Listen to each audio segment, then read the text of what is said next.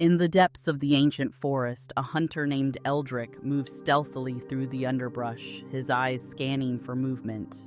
His heart was set on the legendary stag rumored to grant eternal fortune to its captor. Despite the ominous warnings from the villagers about a curse, Eldric was driven by an insatiable greed. Fortune favors the bold, He muttered to himself, dismissing the chill that crept up his spine. Eldric paused as he caught sight of the majestic stag, its antlers gleaming like silver in the moonlight. It stood perfectly still as if waiting for him. With bated breath, Eldric nocked an arrow and took aim.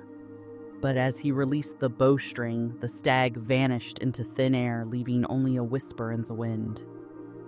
What trickery is this? He exclaimed, his voice echoing through the silent trees. Suddenly, the forest around Eldric began to transform.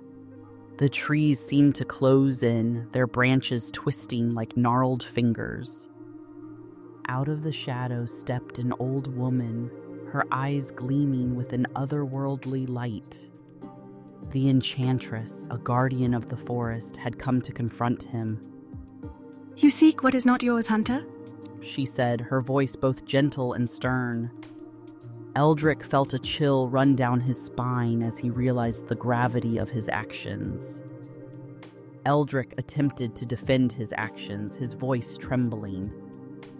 I only wanted to claim my fortune, he pleaded. But the enchantress shook her head, her expression one of disappointment. You have disrupted the balance, she replied, gesturing to the restless trees. For your greed, you shall walk these woods for eternity, never finding rest or riches. Her words carried the weight of an ancient curse. As Eldric looked around in desperation, he felt the ground shift beneath his feet. His form began to change, melding with the forest itself. He cried out in agony and fear, but his voice was swallowed by the trees. The curse took hold, binding him to the woods forever. The enchantress watched, her eyes filled with both pity and resolve. Let this be a lesson to those who would let greed cloud their judgment, she whispered to the night. The forest returned to its tranquil state, the curse now a part of its ancient lore. Eldric's presence was now felt in every rustling leaf and whispering breeze.